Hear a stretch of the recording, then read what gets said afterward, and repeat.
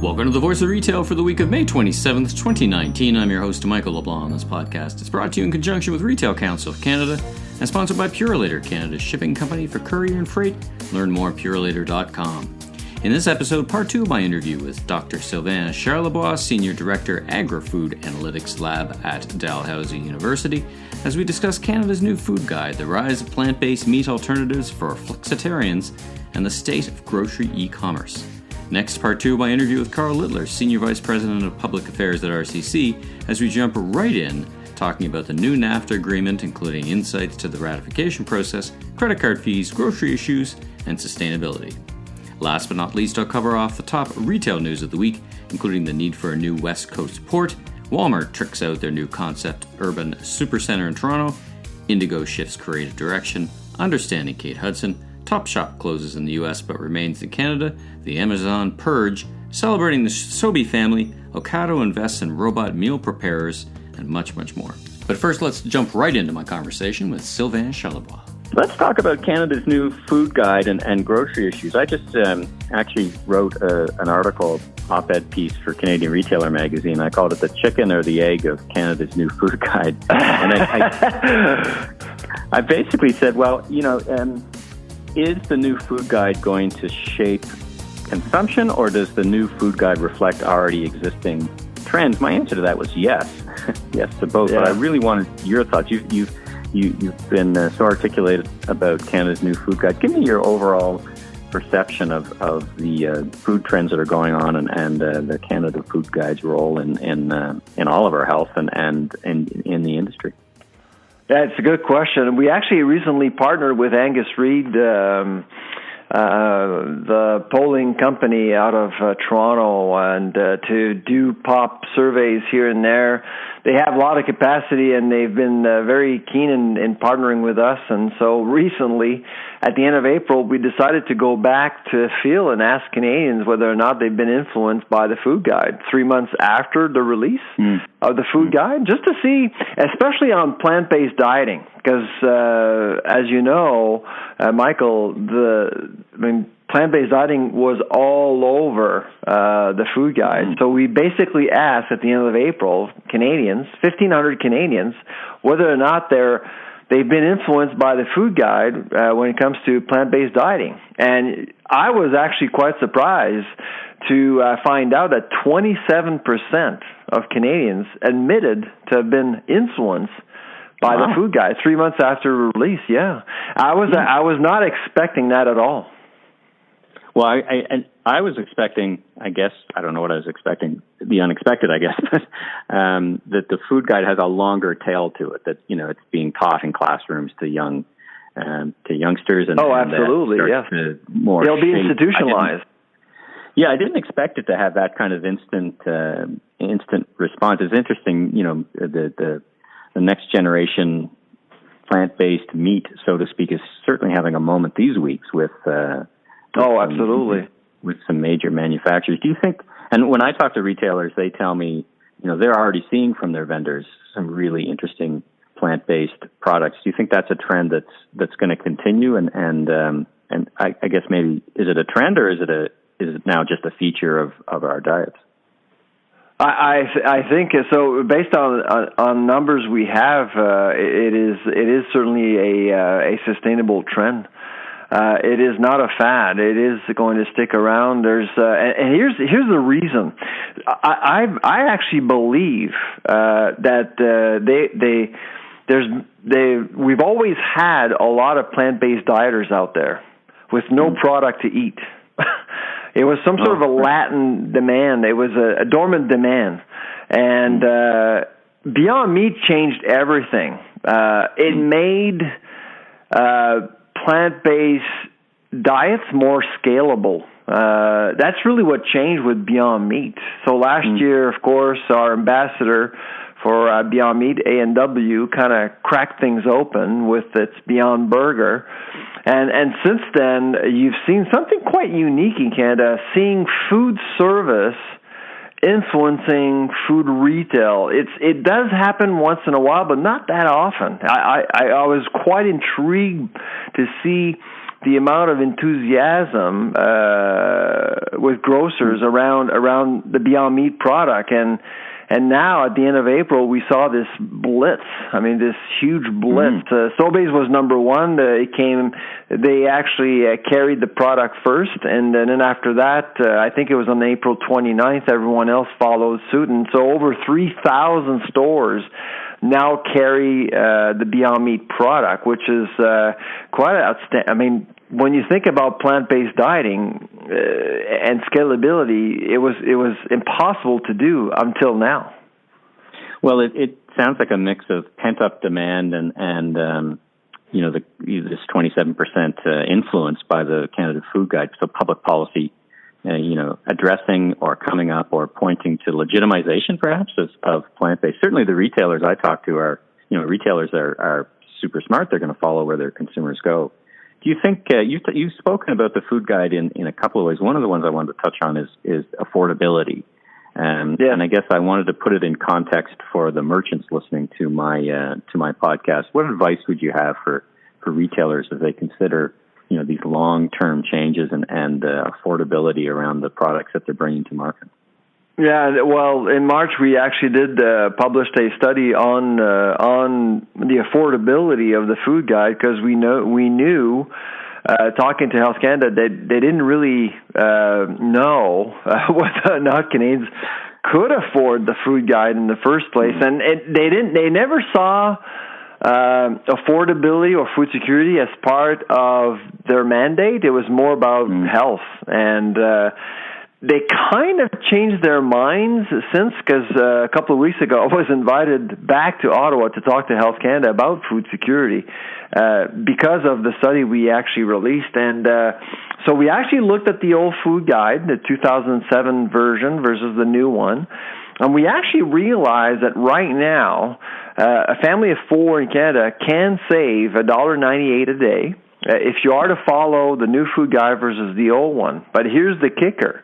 With our machine learning model, we actually realized that by 2022, 2023, you could see the new food guide costs more than the old one due to pressures coming from produce prices. Produce in particular, because we don't really make enough. We don't produce enough. Sure. Vegetables and fruits. And the other one is our vegetable proteins like pulses. We export 95% of all pulses we produce in Canada.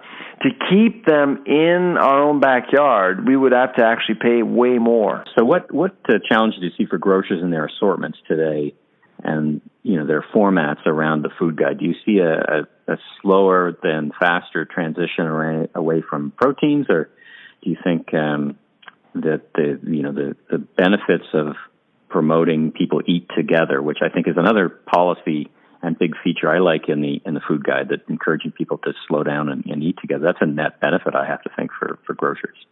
No, absolutely. Right now, what I see is a bunch of grocers exploring, testing.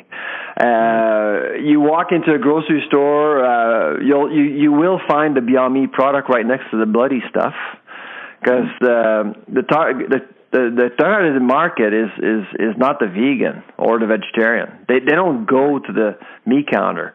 They're aiming for that flexitarian. The person who is trying to reduce his or her meat consumption on weekends or during the week. That's the targeted market for Beyond Meat, and they've actually admitted that. I mean, they're aiming for that particular market. I've actually seen the plant-based products between aisles, in the freezer aisle as well.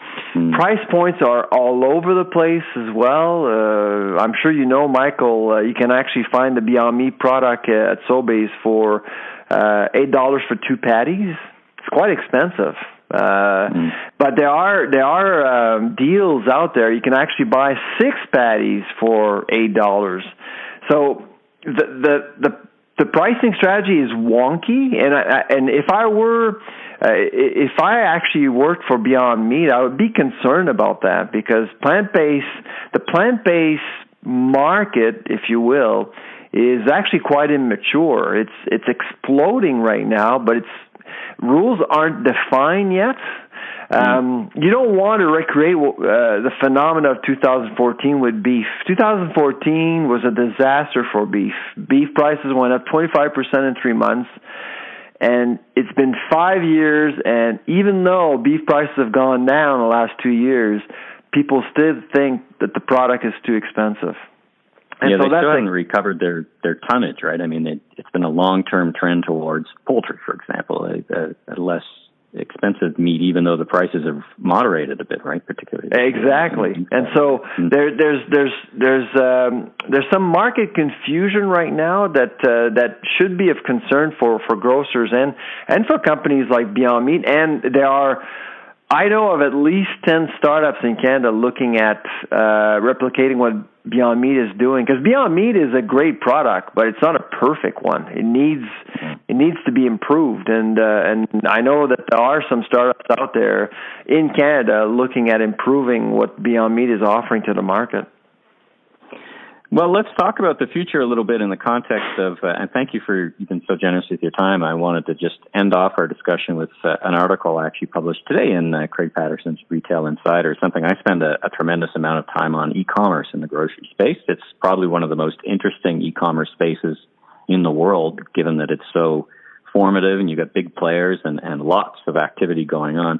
Yeah, I had an interview with Peter Van Stock from Spud and in the podcast, and we were talking about, I was asking him to project forward, it's very small right now. I think you talked about 1.8%, which is small of a big category, but he talked about it growing massively, like to the double digit, almost 20% by 2025. And he's looking around the world, South Korea, but even to Britain, where it's growing in leaps and bounds. What do you think in terms of, if you put your forecasting hat on, always a dangerous thing to do, without a lot of data behind you, but if you put your forecasting hat on and looking at the trends, consumers want more flexible options around how they get their food, and Canadian groceries seem to be ready to deliver it. Certainly, for example, Sobeys launching their Voila is big, as they're getting into the game in a big way. Yeah. How do you think online grocery is going to evolve over the next number of years?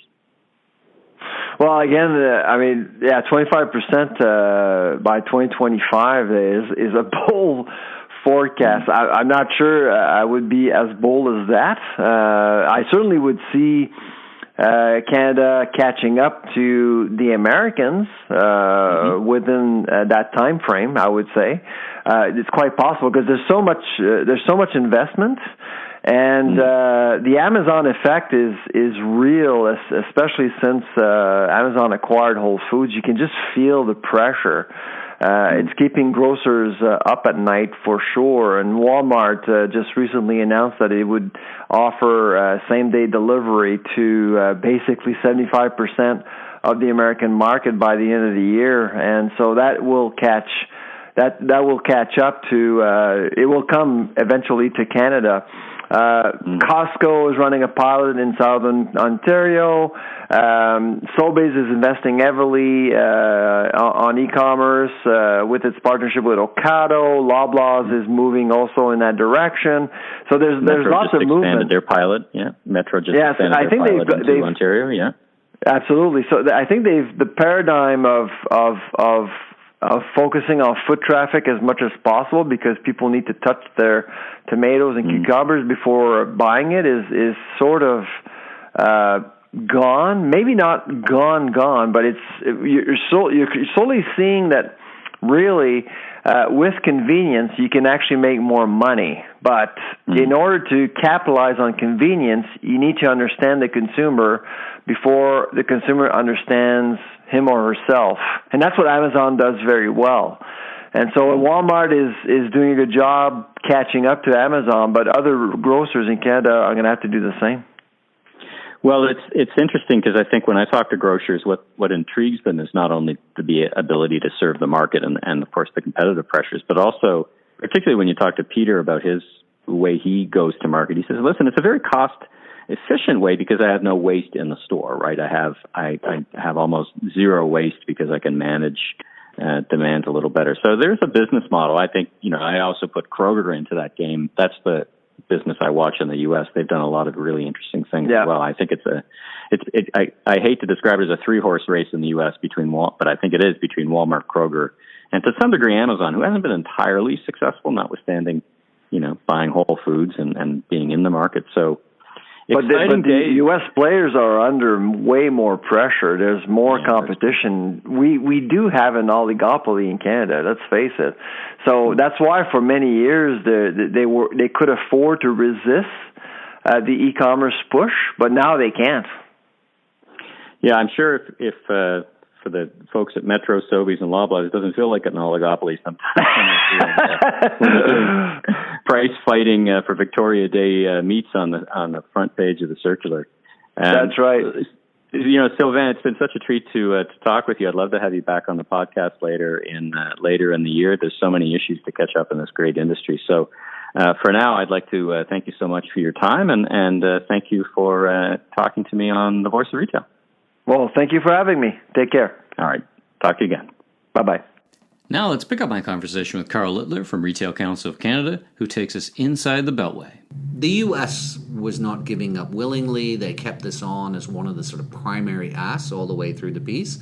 Ultimately, the government of Canada fought our corner pretty well. They did agree that under the New Deal that the tax threshold would rise to $40, which is obviously a long way away from the $1,000 or so Canadian U.S. ask. Yeah.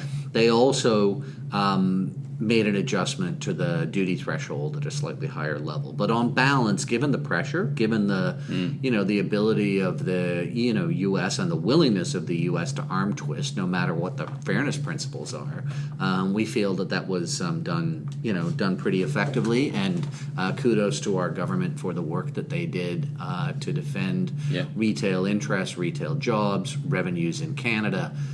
Against what was frankly a bit of a bully boy tactic by the U.S. trade negotiation side. And I think the team led by Christopher Freeland did a really great job. But let's talk about briefly, because let's move on to other issues after NAFTA, bringing it home, right? Getting this thing ratified. So there's process to happen in Canada. We're in an election year, so Parliament will rise at some point. You've got studies that happen in Congress. You've got an election coming up in 2020. As anyone knows anything about the chance of this being ratified, I guess the one scenario is it does not get ratified, but we still have an agreement in place, which is probably a fair understanding. What's your read on the situation as we sit here today? Yeah, I mean, there was an interesting comment by former Ambassador Heyman, who feels that the administration may have messed up the timing of this and may in fact be unable to secure the new agreement and get its passage through the U.S. Congress. Obviously, a number of events have occurred along the way. Well, some of it was delayed by the Trump shutdown, which basically delayed a report that I guess was issued a couple of weeks ago. That's right. And of course, intervening events have turned a Republican majority in the House of Representatives into a significant Democratic majority. Yep. The Democrats, have traditionally been the more trade skeptical party in the U.S. Republicans have traditionally been very pro-trade, pro-international trade. So that's a challenge in itself. There's also an issue as to whether in a run-in to the next presidential election, Democrats in the House want to be seen to be giving President Trump a victory. So there is indeed a possibility that this may not be passed at all. I think it would be much easier to pass it in Canada and Mexico, but it is a challenge in the U.S. So what then are the implications of that? Well, right now, NAFTA's in place, and we're pretty comfortable with NAFTA. We're not saying it didn't need some modernization in other areas, and our interests are obviously not the sole interests in the space. But if NAFTA were to continue in being, then among other things, our big issue with de minimis is a situation where it remains at $20. And so, that would be an even better outcome for us than the change under CUSMA, although they're both certainly livable, withable. I guess the issue, though, is, what are the implications for the Canadian economy overall in the event that we stay with NAFTA, probably generally positive. Neutral to good, I guess you could say. But, there's going to be some gamesmanship played with this before that issue is settled. And I can anticipate that the U.S. administration may be saying, well, if you're not prepared to pass the new one, we're scrapping the old one. And while that doesn't do anything to affect us on the de minimis file, it has potentially serious implications for the Canadian economy overall if we were to see a scrapping of NAFTA, in which case we, move to, to sort of WTO rules, World Trade Organization rules, which would see more tariffs on goods moving across our mutual border. And probably even more problematic, eliminate the neutral, or however you'd phrase it, third-party adjudication system, right? That was a big win in the NAFTA agreement, right? That we'd take it to a U.S. court and lose 11 times out of 10, but through the adjudication system created in NAFTA, there's a more level playing field. Sure. So I think we need to make sure that retailers aren't, parochial in their interests in this, or don't only focus on the retail issues. We have to have a mind to the broader economy, both because we're citizens, but also because that has downstream implications for people's incomes, for their purchasing ability, and therefore for retail more broadly. So on balance, I think we prefer that the new agreement go forward. We could certainly live with the existing agreement, but uncertainty is a challenge in itself. So we've talked about credit card fees, we talked about NAFTA, very big issues. We touched on credit card fees. They're kind of an ongoing. They're obviously we've had very some important. success there. Yeah, we've had some anything coming up in the next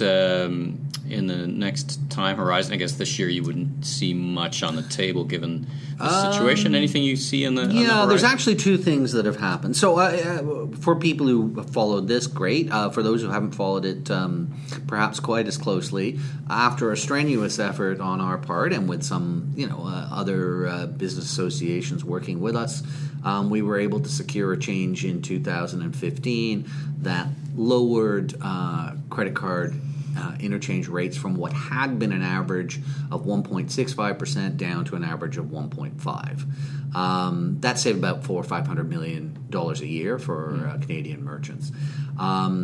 We felt that didn't go far enough, continued the effort, and so next year it'll come down by a further 10 basis points, or 0.1%, down to an average of 1.4%. Still not enough in our view. We haven't given up on pushing it still further.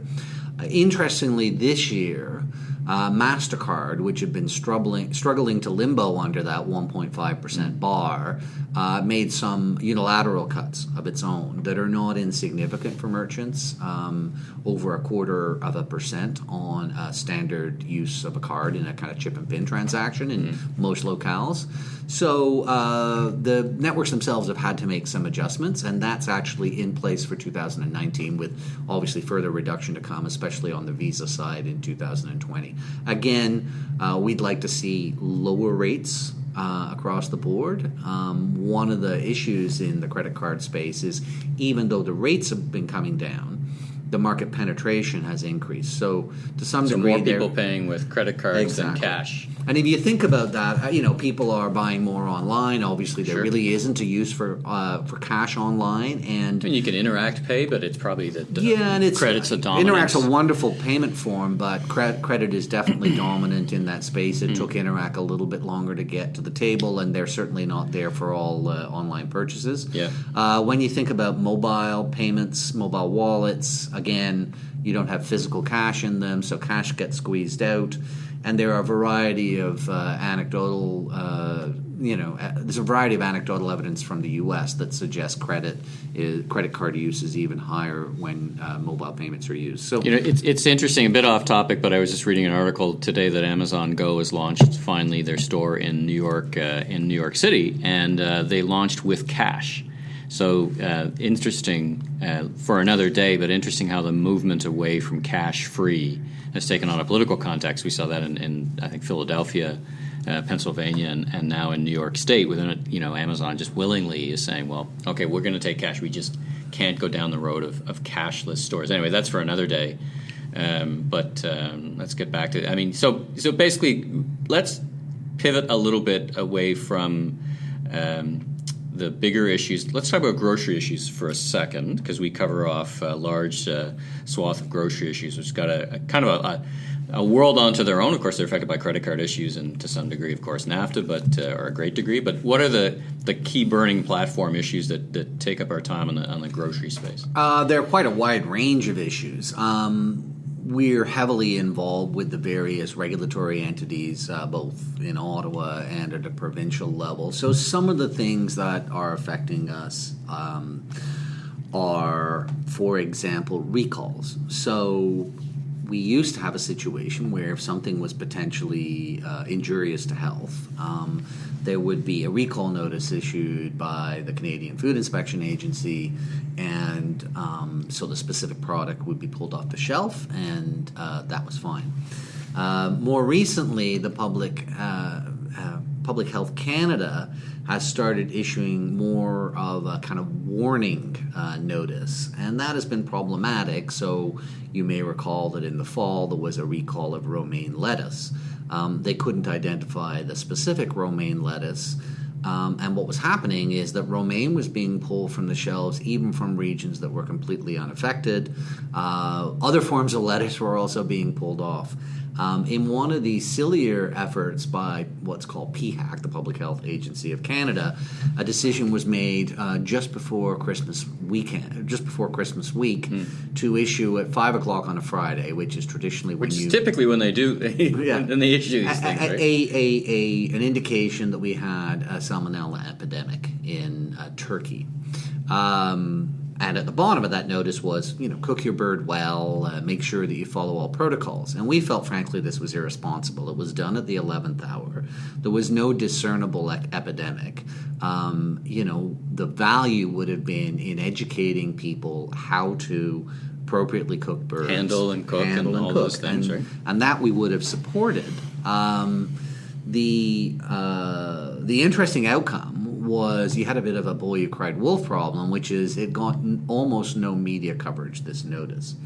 So we have gone back and spoken to public which is worrisome, because when there is a legitimate health concern, you've got to marshal up all resources. Posting a notice on a government website that there's a serious issue doesn't get you very far, right? The media needs to be engaged, and the media will only take Most people are not cruising the Public Health Canada website looking for the latest notices. So it needs to get some buy-in, obviously by retailers. It also needs to generate some media coverage so people know what to look out for. And in this case, they really misfired. And so we've gone back to them and said, look, we disagree with the approach you're taking, which is issuing these general warnings. There are significant financial consequences, not only for retailers, but for farmers who are producing product that may be sort of unfairly tarred by these notices. Back to the unintended consequences again. And frankly, if nobody's listening, your notices are having minimal effect. While that might be beneficial financially, as you point out, Mike, it also means that they're firing blanks when it comes to something real. And so that's an area where we've got an interest. One thing I just want to touch on before we go is and not in any depth because I think it's a whole separate, is sustainability. Mm-hmm. And there's a lot going on in the sustainability space. I mean, from my vantage point, and I think from ours, it started with grocery bags, plastic grocery bags, but it's really evolved. And it even started at the municipal level. Mark Fortin and I spoke of this on the podcast a couple of weeks ago, that, small communities in Brossard kind of start these initiatives. It creates a patchwork of expensive compliance for retailers. I'd rather see it at the provincial level.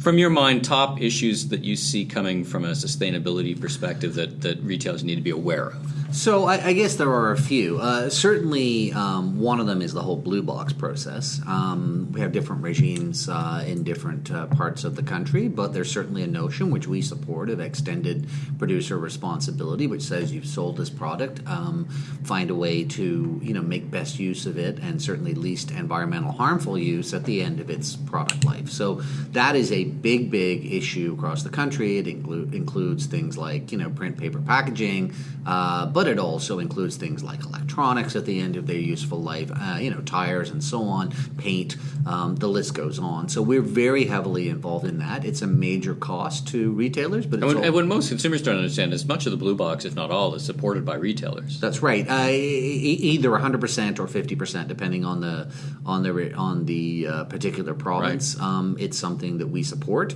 even though it is costly, but it is something that we support. Yep. As responsible citizens from an environmental perspective.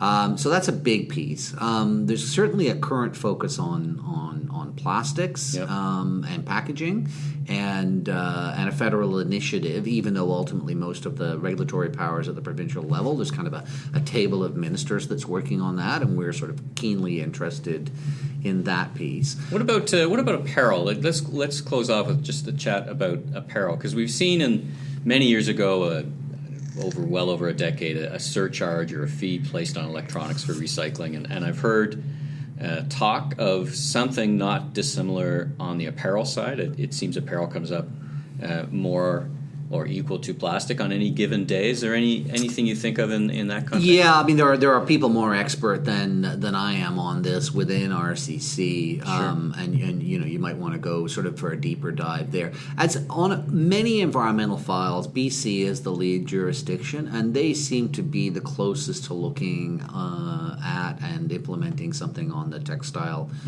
side at end of life. So you might want to talk to Greg Wilson, who's our BC director, because he'll be intimately familiar with that. You'd mentioned plastic bag bans, and it's interesting. We are challenged on that file by the fact that all manner of municipalities are making their own decisions, right. Not even at a regional level, certainly not at a provincial or national level. And so you get all kinds of rules around how many microns thick and under what circumstances and so on. A lot of what we are concerned about is just regulatory balkanization, regulatory fracture, such that it becomes exceedingly difficult for somebody operating across boundaries, in many cases nationally, certainly, across regions, to comply with umpteen different regimes. And so our view is if you're determined to go ahead with these programs, you need to have some degree of standardization. Otherwise, you're holding inventory for multiple different bag types with multiple different rules of application. And I saw Jim Cormier out on our great director of the Maritimes talking about that at the provincial level in the Maritimes, right? To try to get ahead of that, sure. And make that same case that if you're going to contemplate it, do it at that level so that retailers can kind of align and participate and not have costs that eventually wind up costing consumers. Yeah, I mean, it's all this unintended consequences thing. You even get that in the plastic space, which is obviously a hot topic currently. I mean, there are a bunch of reasons, in terms of freshness, shelf life, and others, why plastics are pretty important, especially in the grocery space. So, sometimes people sort of, see a slogan or a principle and want to apply it broadly without necessarily always thinking through the consequences, on a sort of practical or an operational basis, and the benefits that actually accrue to consumers from some of that. So for retailers that want to get in touch with yourself and have some questions of anything that you've brought up, we have retailers from coast to coast who listen to the podcast. What's the best way to get in touch with you or the team? So email is always useful. I'm readily reachable at klittler@retailcouncil.org. And also, you can call us through the 1-800 number, which Mike's going to provide at the end of this podcast. Probably with the email addresses. We have a fair range of expertise. We have people who specialize in responsible sourcing, in stewardship, people who are looking very specifically at food safety, and so we'll perform the triage here. Just send it to us, and we'll get it to the right person and have them follow up. We're very proud of our team, and we think that we can cover off a very large range of issues. But there's always something new under the sun. Every week I get a surprise that's come in. It's a regulatory issue or a relationship issue, and it's never a dull day in the public affairs space. Well, thanks so much again for your time, Carl. Have you back later in the year. We'll have you back closer to the election to kind of give us or post-election anyway, to kind of give us your read of the landscape. But until then, have a great week. You too. Thank you.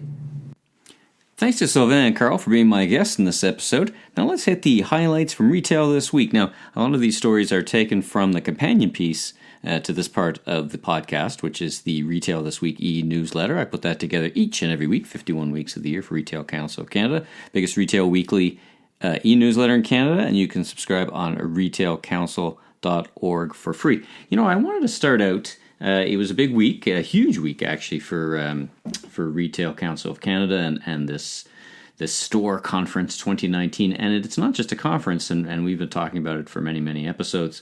It's also an award show. Excellence in Retail happens on the first night, and then Canadian Grand Prix Product Award happened on the second one. But I wanted to just take a moment and read out who were the winners from the big night from Excellence in Retail Awards. I think I've been both, I've run this program, I've been a judge. I was a judge again this year. I judged a couple of categories this year. So, really even making it to finalists in many of these categories is a great accomplishment, and winning is a super accomplishment. I've actually also been a winner, an award recipient. It's a great thing for the team to win. And it's a great thing, a great milestone for the business and for career. So let me just go through these quickly, and you can find more information on retailcouncil.org. E-commerce Experience Award went to PetSmart. Environmental Leadership went to IKEA Canada. Health, Safety, and Wellness went to Walmart Canada. In-Store Experience and Design, 2 winners, huge category. Andrew Peller Limited and Staples Canada. In-Store Merchandising Canadian Tire. And that's actually the second year in a row that they've won in this category. Loss prevention went to London Drugs. Omnichannel went to Best Buy Canada. Philanthropic leadership, two people tied for this, Lowe's Canada and Sobeys. Pop-up experience and design, LCBO and Purolator. Congratulations to Purolator, the sponsor of this episode. Retail marketing, 2 winners tied for first place. Kitchen Stuff Plus, which is winning in this category for a second year in a row, and Federated Co-op Limited as well in retail marketing. In talent development, Cannabis New Brunswick, and let me just call out Cannabis New Brunswick and all the great cannabis retailers that are now part of the community, part of Retail Council of Canada. And stay tuned to a future episode. I'll have an interview with Lara Wood from Cannabis New Brunswick talking about her career and the retail cannabis space. There's also a Canadian Hall of Fame award, which went to Willie Crew, the great KPMG Willie Crew. I will also have an interview with Willie, sat down and chat in the Purolator podcast studio. So that will be in a special edition coming up. 2019 Distinguished Canadian Retailer of the Year award went to Best Buy's Ron Wilson, who's accomplished amazing things with Best Buy. 2018 Independent Retail Ambassador of the Year went to Poppy Barley. Past episode, I had the pleasure of chatting with Kendall. Her sister Justine and Kendall won that award. And we also awarded 17 retail scholarship programs. 2 top winners were Jacqueline Chung and Sean Riebling. So lots of awards, great night, always fun to network and see everyone. And once again, to all the winners, big congratulations. All right, so let's just jump right into what the hot stories were, the most interesting stories in retail as I'm going through them. So this was a kind of an up and down week in terms of ports, and that is on the West Coast particularly. So best read, there's a bunch of articles. We picked one with the help of Greg Wilson out in our director out in BC. There was a very hot issue. Greg probably spent last at least 2 weeks on it, where there was a lockout. Big risk to retailers in Canada, as so much product flows through over from China through to Vancouver and then into the rest of Canada. So there was a lockout in place, and that was resolved, fortunately, just as we went to press last night. And I guess the bigger issue, though, at this point was that we really would like to see a second, another port, a new West Coast port needed, because it's one organization that owns a couple of them, and then when they go out on strike or when they have labor difficulties, then it really constrains any kind of options around product movement. But the good news is, for now, looks like that at least the tentative deal is in place. Walmart debuts an urban supercenter. This is a whole new concept store with fast lanes and self-integrated with My Walmart mobile scan and go apps, a redesigned grocery section. So this from Canadian Business, and I'm going to make a visit out to that Walmart. I'm not too far away from it, so I'll report on that firsthand coming up in a future episode. The great Jim Cormier, our director in our being Retail Council of Canada, director out on the East Coast.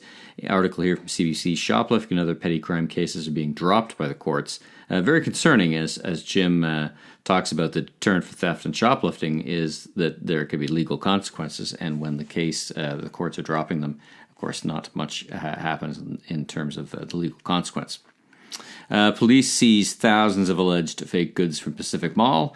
So Pacific Mall, always a hotbed, unfortunately, of fake goods, knockoffs, etc. So it looks like a raid was done with Homeland Security, Canada Border Services, and the New York Police Department. Quite an interdisciplinary raid, that from the Toronto Sun.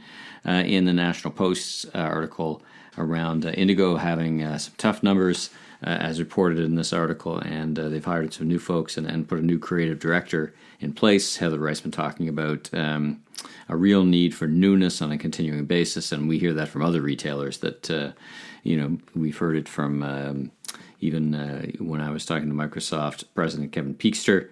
He's talking about if you think you're moving fast, basically, I'm kind of summarizing, you're probably not still moving fast enough, and certainly Heather Reisman realizing that and hiring some new people and new creative directors. So all good.